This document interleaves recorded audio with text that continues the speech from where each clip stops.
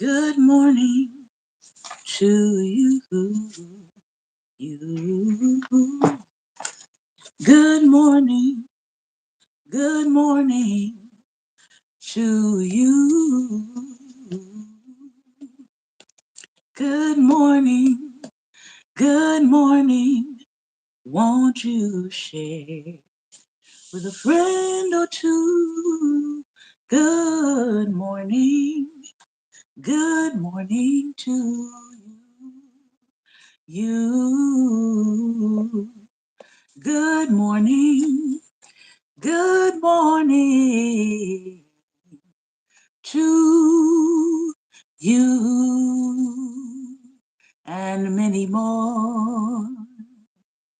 Good morning, good morning, good morning, and welcome to Daring Dialogues. I'm your host today, Shantae Charles. And let me check my volume and make sure it is all the way up on both platforms here. We are broadcasting, double broadcasting from YouTube as well as Facebook.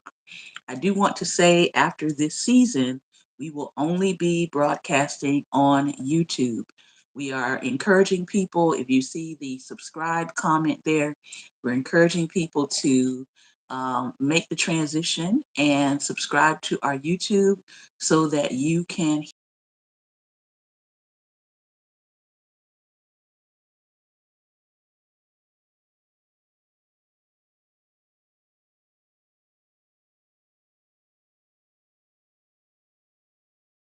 11 a.m. Eastern Standard Time. Again, for Daring Dialogues is Monday through Friday, 11 a.m. Eastern Standard Time. So, I want to first of all say good morning to those of you who are fighting a hostile government takeover. And I specifically said this morning when I posted that that is not a partisan statement. People who are on both sides of the aisle who have not turned into and leaned into fascism or any of that. People who are independents, people who are not yet voters, but they will be registering to vote as soon as they turn 18. Anybody who is in the fight to prevent a hostile government takeover, that is who I am talking about. That is who I'm talking to when I say good morning. I think sometimes we underestimate the number of ways in which people are fighting against or pushing back against something that we all know is evil, something that we all know can present a danger to our society as a whole. And good morning to those of you coming in. Um, so I just want us to kind of be mindful of that there are lots of ways that people are pushing back, and you may not always see those ways. Some of those ways are not what we call public facing. Sometimes it's the phone calls, it's the letters, it's the lobbying, it's the talking to congresspersons, it is the pushing and applying of pressure outside of a social media site or venue. Okay. So, shout out to those of you who are doing that work. Shout out to people who are doing mutual aid work, which is helping people stay financially solvent, helping people, supplying people with food. There's a lot of food insecurity happening right now. A lot is not really being said about that, but people's benefits over the last couple of months have been drastically reduced. And so I know in my community now we're starting to see the food lines again almost back to the COVID levels where people are, it's blocks down the road where people are needing food. But the other part of that is whereas in COVID there would have been um, community resources, right, that would have been held together by grants and things of that nature, the community resources sometimes are being cut off at the head. And so, whereas people before could just say, okay, I'm going to go to my food bank and see what resources are there, understand that those major community things that were funded partially by federal dollars have also been affected. So it's not like people can just run there and think that they're going to get the same amount of support sometimes that they would have gotten during the start of maybe the pandemic. All right, so just kind of keep that in mind. So people who are running and doing mutual aid, we want to say thank you to those people. We want to say thank you to people who are doing job hunting and helping people to find what openings there are and assist people who are being laid off in this hour. 350,000 Black women have lost their jobs. And I see the news report saying they left or they're not calling it firing, but that's really what happened. A lot of Black women were displaced by these so called policies, and someone typing in a keyword, and if your name comes up in reference to the keyword, then people were let go. So this is not just 350,000 Black women leaving their jobs. No, they're being fired. They are being pink slipped. They are being forced out. They are being pushed out. And we see this happening on the national level, right, with some key positions, especially in the judicial areas, in the policy making areas, where FIC 4547, we don't like to say his name around here, but he is openly calling for these people's jobs. He's openly calling for them to be fired. And he's only really going after either people who disagree with his policies or more specifically, Black women. So this is happening. This is happening. All right. We want to say shout out to the independent journalists, the Black press, people who are independently trying to bring us the facts in real time. Because right now, unfortunately, some of our mainstream media outlets and organizations have capitulated to being pressed and pushed around to only report things in a certain light or to omit important information when it comes to delivering it to the public. So at this point, a lot of people are looking at mainstream media with a side eye, as they should, because that fourth estate that's supposed to be, um, I would say, objective in many ways, that's supposed to just report on the facts, a lot of them are forsaking that responsibility, forsaking that the nature of what independent journalism was supposed to be. And because of that, we have a lot more people that are either choosing to form their own organizations or you have individuals who are stepping up to independently report in real time what may be happening in their community. They're going into school board meetings, things of that nature, filming, recording, and helping people to see what is actually happening on the ground. And a lot of times that report is running contrary to some of the write ups that we see. So I do want to say to those of you who are choosing to get into the fight on that aspect and in that area, that we see you, we appreciate you. We try to, on my channels, we try to boost people who are out there reporting things on the ground in real time. So that is on the Facebook page, Black Table Talk. If you are over here on YouTube, our Black Table Talk is our Facebook page that we're also broadcasting from. As I said, as we go into our next season, we are nearing the halfway point for this season. But as we go into next season, we will only be doing this kind of broadcast, will only be doing by YouTube. So if you want to catch our streams, this is where we'll be doing it. So for today, we're continuing the talk on values. And next week, we're going to be diving into this book here for Tuesdays. Michael Harriot. I know there are several other platforms that are committing to reading and dissecting some of the work here. I don't know if we're going to get through the whole thing, but we will certainly read some parts and pull some things out about Black history. So if you want to grab this book, or you want to get the ebook, or check it out from your local library, check out this book, Black AF History by Michael Harriot. Today, however, we are in the book we've been continually reading, and that is Rock My Soul by Bell Hooks on Black people and self esteem. In this particular chapter, she's talking about values. She's talking about values and what happened to Black values through the process of integration and through the process of more opportunities coming to us. What was happening as a result of that? Am I related to Roger Jackson? No. All right. And I'm going to just pause here, take a moment to say good morning to those of you who are here.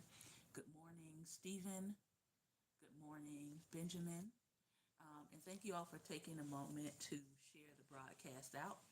I know right now on YouTube, I don't have a substantial number of followers, so it helps to push us out by sharing the broadcast on Facebook. Because our page is named Black Table Talk, we know that there's a level of suppression happening there, so it always helps to share the broadcast. A lot of times people will come back and say, hey, I didn't see the notice until your broadcast was over. So we do know that the notice for our broadcast is being pushed out after the fact and not while we are live. Okay? All right.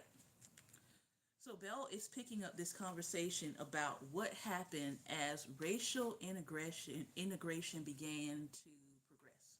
What happened as racial integration began to progress in our society? As racial integration brought greater job and career opportunities for Black people, especially educated Black folks, the will to make money began to replace the will to be free. Just sit with that for a moment. The will to make money began to replace the will to be free, to decolonize one's mind, to be independent thinkers. Many Black people felt that there was no need for continued militant anti racist resistance in the 80s, which I find very interesting. They felt either that the struggle was over or that white America simply was never going to realize the democratic ideal of equal rights, and that the one place where individual Black folks could find satisfaction was through making and spending money. The culture of hedonistic consumerism did not place an emphasis on reading, writing, or critical thinking. As more Black folks adopted middle class values, often imitating the manners and mores of white people they denounced as racist, they became more concerned with the trappings of success than with racial uplift. More and more privileged Black folks were no longer concerned with the plight of the Black poor and disenfranchised. As public school systems evolved more and more into a pseudo prison where poor Black children were detained and held rather than educated, the focus on education as a path to freedom and self actualization ended. Now, she is saying this about the 80s. And now here we are in 2025, and people are starting to feel this same sense of um, education being turned into just this holding place where students are being detained rather than educated. And we know now they're going to be detained and indoctrinated because history is being altered in real time. The embrace of bourgeois and upper class values by all Black folks who allowed their worldview to be shaped by the class politics of television meant that a high value began to be placed on conformity of thought and action. For subordinated groups of Black people, the poor and underclass, the primary value was that of obedience. Rather than acting as conscious consumers, Black folks have allowed their habits of thought and being to be informed by the racially unenlightened world of advertisement and mass media. As independent thinking is central to the development of healthy self esteem, the insistence on following the cultural codes of middle and upper class decorum disrupted our efforts to create a cultural context where Black folks could learn to identify self worth with volitional choice, with independent thinking. And there was no huge body of literature focusing on decolonization at the time, self determination, and self love that ensured a continued focus on the issue of self esteem. White corporate publishing recognized the new Black consumer, but the books that were increasingly pitched to this group were more often than not popular fiction. Even so, serious fiction by Black writers received more attention as well. However, the vast majority of books published and marketed in the direction of Black folks often reinforced negative stereotypes, much like today. Only now, because the writer was Black and making money, this work was not subjected to the same kinds of critique and boycotting that would have taken place at the time when race consciousness and the concern for racial uplift was strong. If the 60s and 70s were characterized by the publishing of reading materials aimed at racial uplift, self determination, and attempts to understand race and racism in this nation while working to realize democratic ideals, the 80s and the 90s offered the literature of fantasy and escape. More than ever before, it was apparent to the American public, especially publishers, that there was indeed a Black reading public. But the books that public devoured with great intensity were popular fiction, drawing on many of the negative stereotypes of Black folks that had only a few years back argued did not define the nature of Black identity or our experience. Very little of this literature deals with the issue of self esteem. Most of the characters in fiction that focus on Blackness are portraits of self hating individuals who are unable to live consciously. One of the most popular works of fiction, Waiting to Exhale, showed Black professional women obsessed with finding a mate and subjecting themselves to all manner of psychological self mutilation to get and keep a man. This focus on looking outside the self for validation and self esteem continues to send the message that Black folks cannot create an inner world that will sustain their self love. The poor self concept of the Black women in this novel and in similar works is accepted as natural and normative.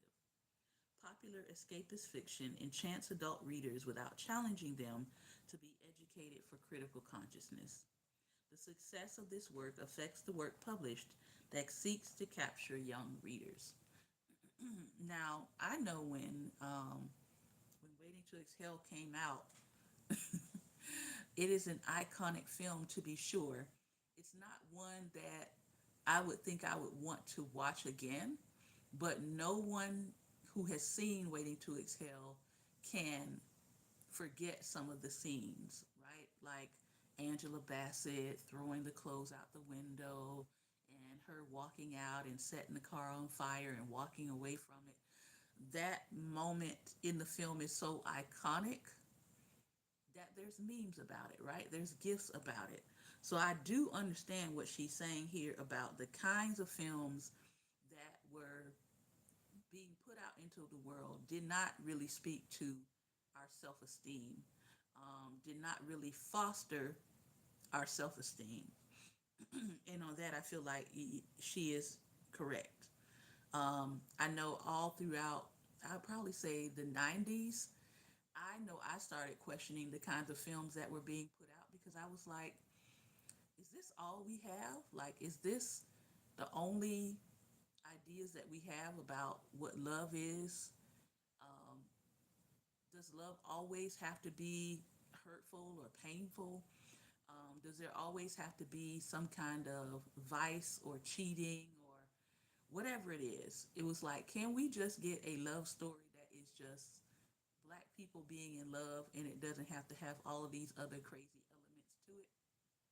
Now, I would say once we hit the 2000s to the mid 2000s, I think films have done better with that, but I still think we still have a long way to go. She continues here to say books marketed to black children are often the least progressive. Books such as Nappy Hair and Daddy is a Monster sometimes perpetuate the idea that black folks are inherently flawed and incapable of kind or moral behavior. These representations have much in common with the racist iconography of the 19th century. Much of the children's literature published since the 70s, with black children as a perceived audience, reinforces the racist assumptions that black children are really mini adults. And I would say, thankfully, we've seen a lot more increase in children's literature that is child appropriate. Illustrations in books aimed at young black readers depicted them looking like adults in children's bodies, or depicted them without eyes or without mouths, resembling cartoon characters rather than real people. But there are no critical avenues where anybody of conscious anti racist readers review and critique this literature being handed out to see whether or not it undermines the self esteem of black children.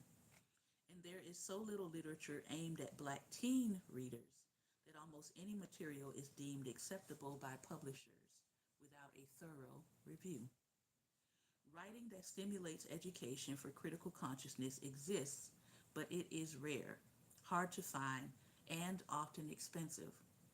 New technologies in the world of video and computers have usurped the place of reading in the lives of many children, especially black children. In recent years, the rare book that black people across class run out to buy and read is usually anti black or has been aggressively promoting dysfunction. A perfect example of this trend was the short lived popularity of Shahrazad's Ali, The Black Man's Guide to Understanding the Black Woman. In this book, he shared that black women were nasty, that black men needed to use physical violence to keep their families in check. A mixture of fundamentalist religious teachings about inherent evils of women and racist sexist stereotypes in blackface, this book was embraced by black folks of all classes. Ali was on national television. Not only a few years later, no one even mentions her work. Yet, in black communities and with the assistance of racist, sexist media helping her reach a national audience, she worked hard to publicly shame black women, especially those in poor and disenfranchised groups. Hopefully, we will soon see a day when masses of black people will rush out to buy books that offer us life based survival strategies rooted in self love and a collective love of blackness that need never be exclusionary, since our love of our ethnicity cannot be taken away, nor is it diminished when we openly seek community and contact with folks who are not like ourselves. And I hope that Gloria Watkins, also known as Bell Hooks, is somewhere in another plane looking on because she wrote this 22 years ago. I hope she's looking on to see the black people who are now rushing out to buy books that offer us strategies rooted in self love and blackness that need not ever be exclusionary. If we black people want a body of literature that reinforces healthy self esteem, then we and our allies in struggle must not only write this work, we must struggle to find publishers. These days, this work can rarely compete with trashy popular fiction or conservative anti black polemics because it is not reviewed in the white press or overall in ways that let the public know it exists. Since we are no longer having a mass based political movement, there are no public rallies or consciousness raising groups where this literature can be talked about and shared. Positively, there are book clubs that are working to re stimulate progressive discussion, and the public library still exists despite efforts on the part of fiscal conservatives to close its doors. Now, again, she wrote this 22 years ago, and there's still efforts to close the doors. as a place where individuals of all classes can gain access to writing that will raise their consciousness. If we are to see a change in the collective self esteem of Black people, reading and writing will need to be once again the central focus of racial uplift. Increasingly, Black folks are counted among the huge numbers of citizens of this society who cannot read or write. Reports released in recent years indicate that Black males are at a higher risk for illiteracy than any group of native born English speakers. When computers are deemed by advertising to be the only way to gain knowledge, then consumers who cannot afford them may just drop out.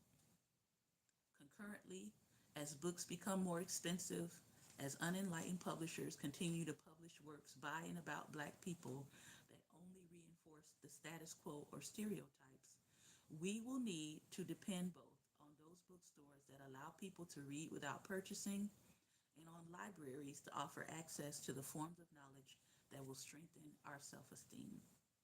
Certainly in my life, the issue of self esteem was first raised in all Black schools as teachers sought to counter the received negative information about Blackness and our identity, coming from a pseudo supremacist culture, then raised again by militant anti racist Black Power protests. Indeed, no information received in school enhanced my learning to know more about the issue of self esteem than the works of Nathaniel Brandon and others that I discovered while browsing in bookstores. Every day, there's an individual Black person who is unlearning racist socialization and actively building their own healthy self esteem simply because they dared to look for the information that could help the trouble that they knew was ailing them. I've never encountered any person with crippling or low self esteem that was unaware of the issue. They could name their problem, but they were not sure where to find the solution. When our bookshelves contain a body of work that examines from various standpoints the issue of Black people in self esteem, we will be letting the world know that no matter the forces of domination or oppression, we are all accountable for our own fate. With healthy self esteem as our foundation, I know we will overcome.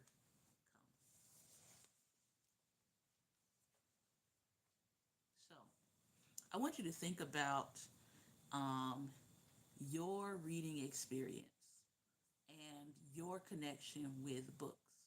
Can you remember the time, or can you remember a time in your life where you got connected with books?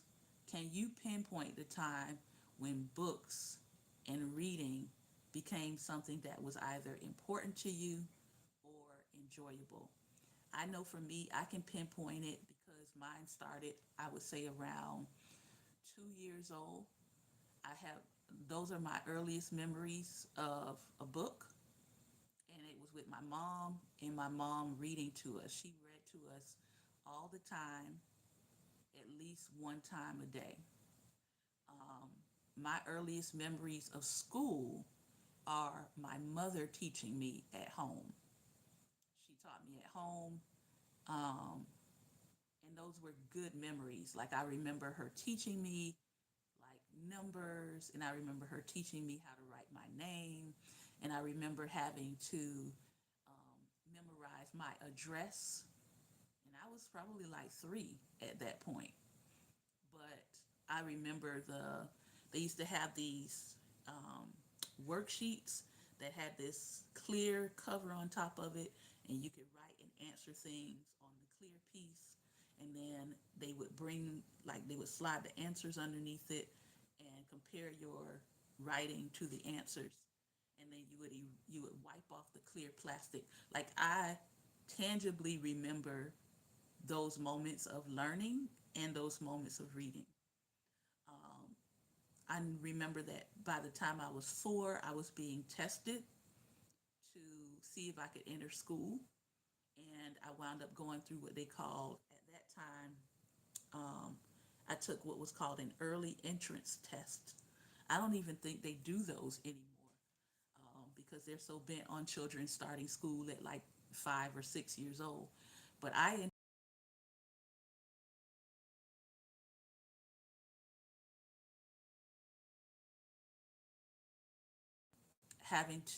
I remember having to take an IQ test. And it was because of those two things, the IQ test and the early entrance test, that they allowed me to start school at 4 years old. Because, and then they promoted me from kindergarten because everything that the students were learning in kindergarten, I already knew it by the time I was ready to go to school. Um, and I say that because, my mom was a single mom raising three children, but that was the power of having a parent involved in my learning, in my education. And she did that. She didn't just do that with me, she did that with my sister and with my brother. So when I look today and I see some of our young people struggling, I want to go back to parent involvement. And I know that's hard for some parents because, number one, they might not have the tools. Like my mom was very smart herself. My mom was working on becoming a teacher herself. So there were some skills that she had as she was educating us that maybe, other parents who are in other professions might not be looking at the whole child and child development and all of that. But when I look at where are the gaps happening, if you're a parent, right, you can't, especially in 2025, you cannot depend on the school system to give your child all of the context that they need in learning. And I know that's a weird thing to say because there are a lot of people that drop their kids off at school. I know some of them are doing that this week. There are a lot of people, parents that are dropping their children off and thinking that they're supposed to get it all once they walk through those doors. But the reality is, you can also play a part in that education process, um, especially with younger children. I would say your elementary school age and younger, making sure you have or you're finding time to introduce them to literature, introduce them to the library, introduce them to educational programs on television, right? Or YouTube. If you spend a lot of time on YouTube, they have YouTube Kids now. But try to introduce your children to platforms that engage and promote learning. Let your children see you going to the bookstore. Take your children to the bookstore with you. Take your children to the library with you. Because what you're doing is you are planting these seeds of literacy. You're planting these seeds that reading is important. You're planting these seeds that reading is enjoyable. When you're reading with them, I have a student that I'm working with right now out of the UK. Um, his parents were shocked.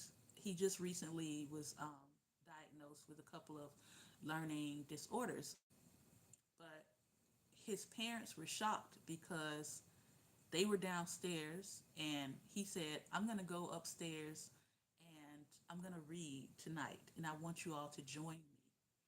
Now he is like 5 years old and the parents just kind of looked at each other like, what? And so the parents followed his lead. They started following his lead. So they put down what they were doing. Both of the parents said they were on their phones just scrolling. They put down what they were doing. They went upstairs with him. They let him pick out his book. And he read the whole book to his parents. And the parents came back to me in our next session and they were like, what is going on? Like, what did you do? I'm like, it's not just me, because I've been working with him through the summer, but we started last school year. I said, it's not just me, it's the fact that you all have provided him extended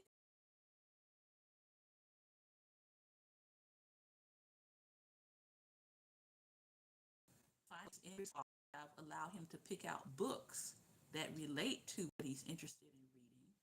And then you all are reinforcing what I'm teaching, which are some of the basics like phonics things. Y'all are reinforcing those things at home. So you're providing the safe space for him to develop a love for reading. And he's going to want to share that with you. It's becoming a natural outgrowth of what you're already doing with him. And so I say all of that to say that, as Bell Hooks said, it's not just about the reading part. It's not just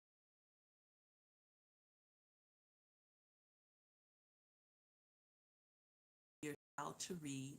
It's your child seeing that have a love or want to enjoy reading. All of that connected together matters. And it doesn't matter where you are in the world. I'm in the United States, they're in the UK, and they're seeing the same thing because they've continued their child's learning throughout the summer, and now that they're seeing the results of that. They're seeing the fruit of that. That their child is saying, "Hey, I have this book and I want to share it with you all. And I want to do the reading before I go to sleep." And he read the whole book to them. And so when I think about what she is saying, she's saying that, and of course, like I said, she wrote this 22 years ago, so we're a little bit more progressed, right? But she's saying we've got to check what we're allowing ourselves to read. We've got to be mindful and conscious that, yeah, we have things that we read that are enjoyable, that are feed into our pleasures, right? And sometimes you just want to read something to escape. But she's also saying, hey, don't forget about the books that speak to your self-esteem. Don't forget about the books that speak to your consciousness. Don't forget about the books that speak to your history, because those things are important as well. And when it comes to our young people, yes, we want to encourage them to read all kinds of books. We want to encourage them to broaden their horizons when it comes to reading. But don't skim over the books about your actual history and culture. Don't skim over the books that empower and build up your self esteem. And so that's what I wanted to share today. I hope that I have said something today that was helpful. We're going to move into some talk back now, and we're going to do that on the Facebook platform. And so if you're watching by YouTube, I want to thank you for your time and attention today. This has been another episode of Daring Dialogues, and I've been your host today, Shantae Charles. If you want to join us for the talk back portion, meet us over on Facebook today on the Black Table Talk page. Again, thank you for your time and attention. Take care, be well,